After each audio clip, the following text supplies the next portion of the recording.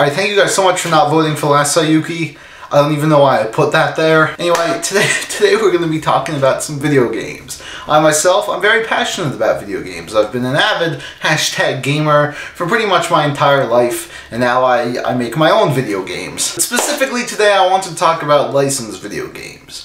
Video games based off of already existing properties, whether they be books, movies, TV shows, or in this case anime and manga. Now, for the longest time, games of this nature had a pretty nasty reputation, because they would always come out, like every single movie coming out will always have a game behind it. And not just like a shitty knockoff mobile game like you'd see today, like actual games releasing for, like the PS2 and Xbox and GameCube, all that shit. You had Aliens in the Attic on the Wii, you had the Golden Compass, just everything had a video game. 95% of the time they were all fucking terrible. There were a few shining exceptions, but most of the time you didn't want to fuck with them. And as time went on, people stopped fucking with them. And eventually, they pretty much stopped making them. Like, you're not gonna see a Wonder Park game on PS4. I'm sorry if you were looking forward to that, but that era is over. Now, shitty licensed games still exist, but they're, of course, in much smaller quantities. And we've seen a shift in most of the bigger ones that exist, in that they're actually really great now, because people are like, hey, maybe we should, do something cool with this. Put some passion into it. Maybe fans of the original thing will actually really love it and it'll sell extremely well. And ever since this big shift, we've gotten games like Shadow of Mordor, Spider-Man, The Witcher 3, and Arkham City, all of which are some of the best games I've ever played. See, these things are great because the intellectual properties already have a huge fan base. Maybe not The Witcher, that was super niche, but I just love The Witcher, I wanted to bring it up. So when you make a game based on that thing that is of such high quality, it's gonna make so many people happy, gonna bring in so many new fans, gonna make shitloads of money, gonna make a bunch of sequels, all gonna be fantastic. So surely Japan is doing the same thing. I mean, you look over there, they have a massive, booming video game industry, a ton of mega popular franchises under their belt. So let's take a look over there and see how they've been putting their IP to use.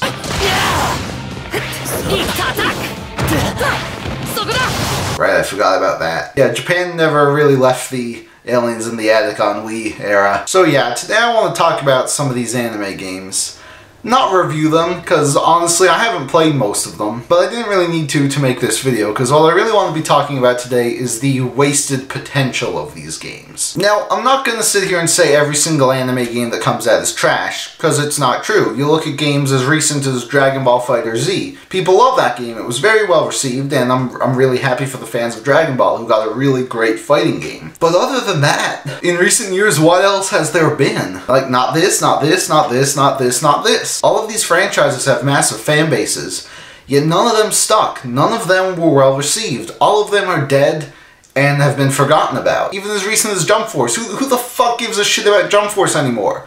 It's like 3 weeks old and it was dead on arrival. If you're a fan of any of these games and you genuinely do enjoy them, I'm not going to take that away from you. You go enjoy it, do whatever you want. You want to spend $60 on Jump Force? Go ahead. But you have to admit, oh, they should be doing a whole lot better than this. So why aren't they? Why are all of these games crap? Or if they're not crap, why are they just average, okay games? You hear the words My Hero Academia and video game together, that sounds amazing. Why did they make it so lame? Well, I'll tell you why. It's because people keep buying them. And I don't get it. Why is there so much hype?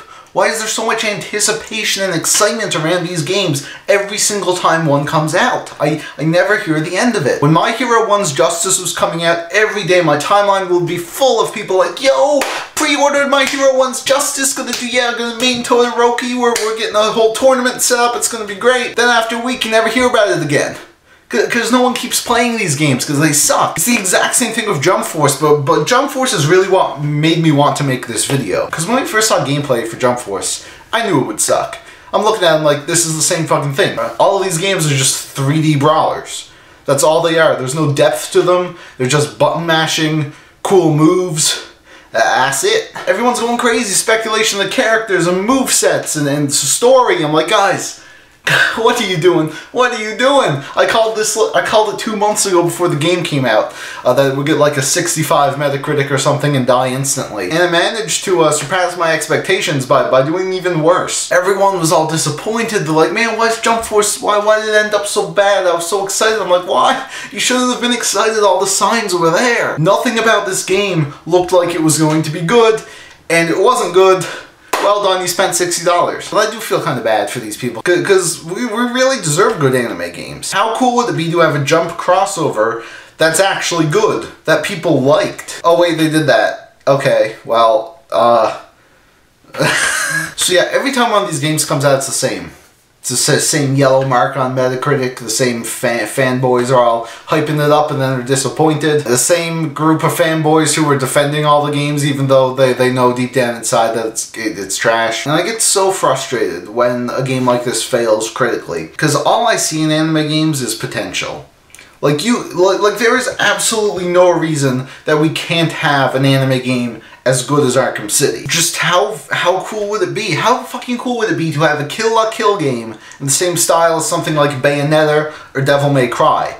That has the potential to be the greatest thing ever made. And instead we're getting this shit. The same fucking game that they always make. Why is every single anime game a 3D brawler? Oh, maybe it's because it takes them like no time at all to make and they can just hash it out and have it be really shitty and people will still buy it anyway. Oh my god. One Piece World Seeker. This game isn't even out yet and I absolutely loathe it. I hear, oh, you're making an open world One Piece game. I'm like, hold the phone. Hold the phone. The open world One Piece action game?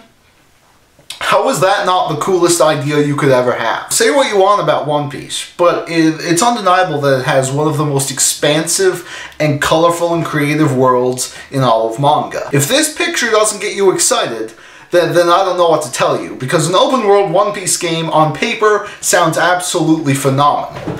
And then we get gameplay for the new One Piece World Seeker, and holy shit does it look lame. What is this?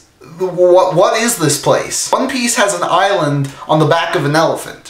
One Piece has an island where half of it is fire and the other half is ice, and that's just how it is. One Piece has like this underwater utopia land with sexy fish ladies. What on earth am I looking at here? This just barren, bland, probably just a bunch of reused assets from other Bandai Namco games. What the hell? Oh, it's so cool, you can be Luffy, you can swing around and jump around and why is the camera so close to his body? You're really trying to tell me that this is fun after I just got the platinum trophy in this? What is this? Why is it taking so long for him to open the door? Who designed this? Oh my god. But oh, the hype. Oh, hype. One Piece World Seeker. It's gonna be amazing. I'm gonna go out and pre-order it day one. It's a vicious, never-ending cycle. I just want my One Piece Wind Waker. I want to go explore the Grand Line. I want to go to all these islands, fight interesting villains from the manga. I want a My Hero Academia game in the vein of Infamous. I want to go around, I want to jump from building to building and save people. I want to be All Might and beat up villains. Maybe you could have a separate storyline for the villains. I want a Little Witch Academia game where you can, run around the castle and do side quests and do spells and have fun battles and shit. You can turn into fish and get flushed down the toilet. I don't want whatever this is. What is this? I want a Promised Neverland cooking simulator. I want Greed Island to be an actual thing. Come on, guys. And I want a successor to the original Jump game on the DS that everyone loved. I don't give a shit if it's a Smash Bros. Clone. It would probably be 10 times better than whatever the crap this is. You see what I'm saying? See, this is why I get so frustrated. It's not with what we do have, but rather what we don't have. But with games like Kill la Kill and One Piece World Seeker coming out, I don't know if it's going to change anytime soon. Fans of these series just eat up these games, and I really don't know why. I feel like we should be over it at this point. Again, I want to say not every anime game is terrible. I've heard good things about those Naruto games. Not the Boruto one, heard that was shit, but like the Naruto Ninja Tornado Super Spinner Striker things. But again, I have to ask, well, they may be good, but are they as good as they should be? And I see no reason not to make these games better, other than them being like, well, we don't need to. We don't need to put more effort and resources and passion into these games, because all these mindless fanboys will buy them anyway. I just want what's best. I just want what's best for everyone.